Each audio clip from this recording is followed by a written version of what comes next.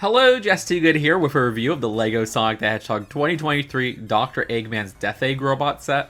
This retails for $60 in the United States with 2 minifigures, a total of 6 characters if you count the Animal Buddies and Cubot, and this will release August 1st, 2023 with 615 pieces.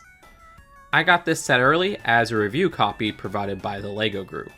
First, let's take a look at the Sonic minifigure, who appears in the cheapest set of this wave as well. There's also the Winky Face version, which appears in the Tails set and the most expensive set of the wave.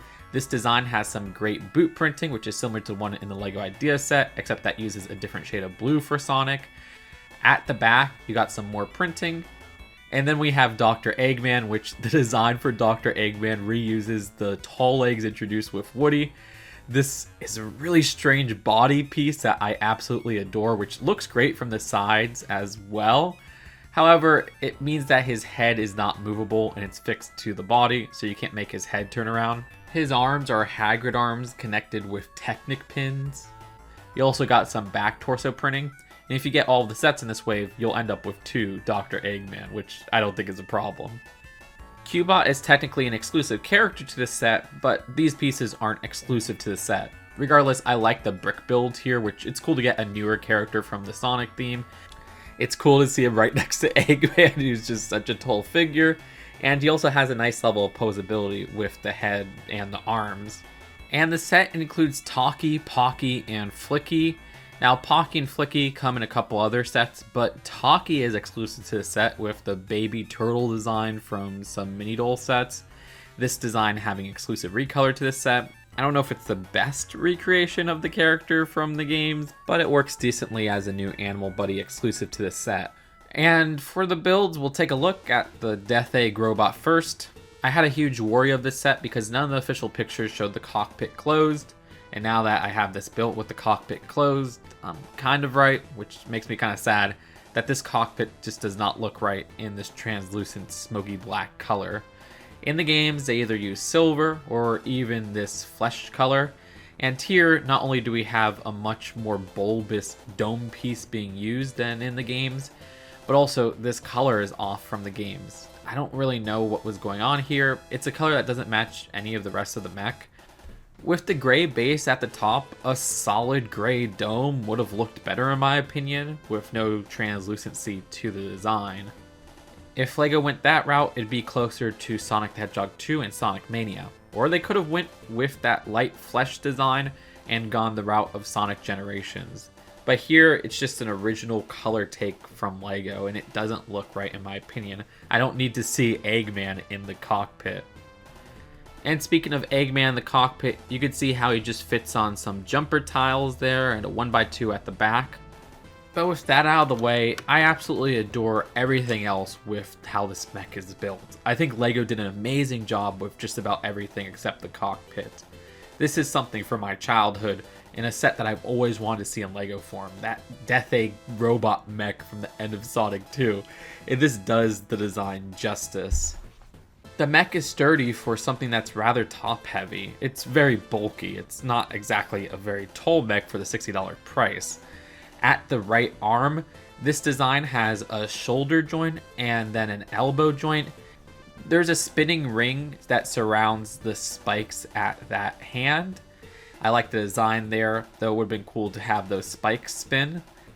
Also notice that exclusive 2x2 tile print found at both sides there. The left arm also has a shoulder and elbow joint. There is a bit of spin to the ring surrounding the hand, but not as much range as the last one. This time with a play feature to have a rapid fire stud shooter. Yeah, those are going to be stuck in my room for years to come. They just shot everywhere. I forgot to mention, but the specs at the front, which is another lovely recreation from the games. I could totally see LEGO doing brickheads with this same print. Is a print that's exclusive to the set, and you could also move the mustache design. I like how the build from the back also captures the jetpack, which is really nice using those bowl pieces. And now it's time to talk about that play feature at the center. Basically, if you push on this from the front, the interior of the mech pushes out, which also comprises the back. And inside, you can put the Flickies / animal friends on those 2x2 jumpers. making for a fun play feature to free them with the speed sphere. Now the thing with the speed sphere in this set, it's very hard to get the speed sphere to knock out that center part unless you shoot the mech point blank, unfortunately. Though there's another play feature with the speed sphere with the side builds. But let's talk about the speed sphere. This is a design that appears in 3 out of the 5 sets.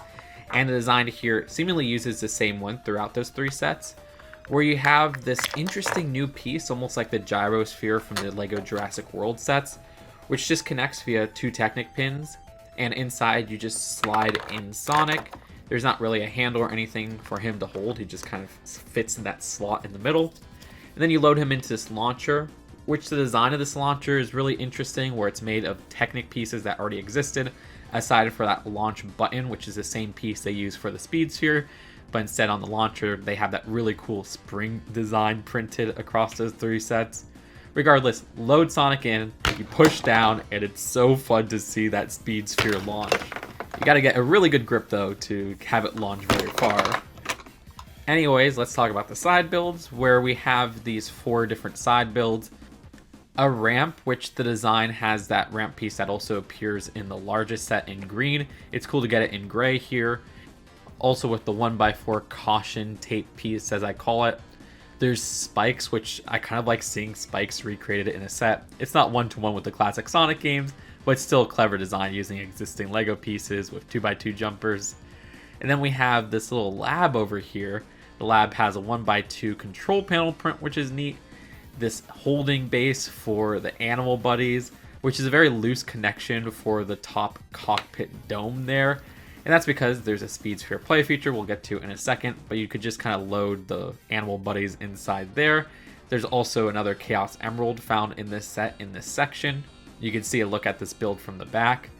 But yeah, launch the speed sphere, and it's very easy to push off that cockpit dome piece that's holding in the animal friends. I like that little play feature. Then finally, there's a ring, which is just on a transparent dish piece. And I really love getting this new ring design, which is so much better than the ones they used for Sonic in these previous years. That's it for the builds of the set. For the packaging, I really like this new box design throughout this wave. Some people say it looks bootleg, I say it looks cool. There's instructions which show all the sets and how you could collect the 7 Chaos Emeralds. But overall, I love so much about this set. I just don't like that cockpit, and I feel like the cockpit is a huge part of the set. I know a lot of you won't agree, but I'm giving you my honest opinion. I'm not going to sugarcoat my opinion to get more people to agree with me. I don't care about that. I personally want something more accurate than LEGO's take on this specific thing, at least when it comes to the mech, where they got the wrong color for this cockpit here that looks off and doesn't really mesh with the other colors of this lovely mech build.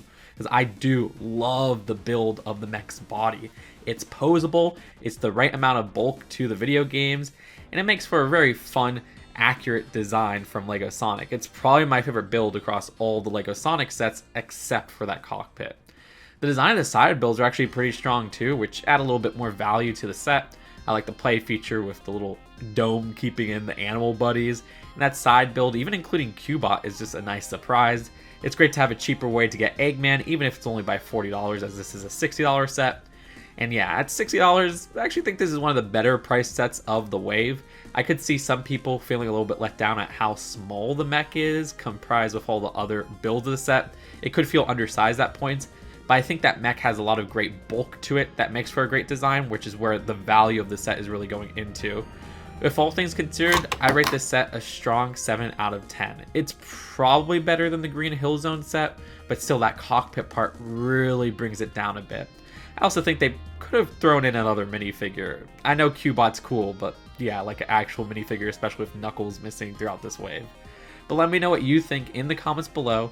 Thanks to LEGO for sending me this product, but all views were my own.